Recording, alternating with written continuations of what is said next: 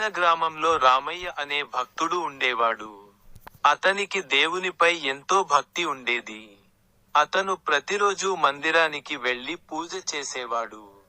ఒకరోజు అతని మిత్రుడు సీతయ్య వచ్చి అడిగాడు, రామయ్య, మనం హిమాలయాల్లో ఉన్న పవిత్ర కేదార్నాథ్కు తీర్థయాత్ర చేయాలి.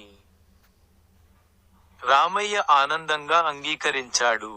మరుసటి రోజు వారు పయనం ప్రారంభించారు.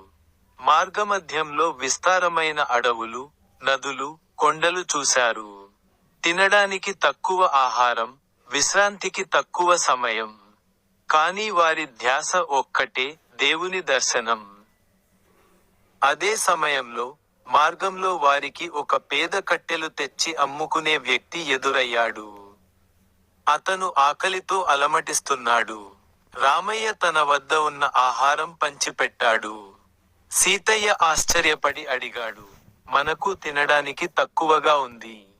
మరి నీకు ఎక్కడి నుండి ఇది పంచే ధైర్యం వస్తోంది?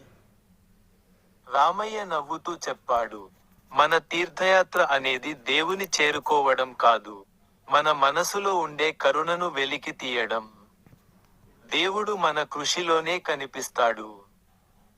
తర్వాత వారు కేదార్నాథ్ చేరుకుని, రామయ్య చెప్పిన మాటల మహత్తును గ్రహించారు.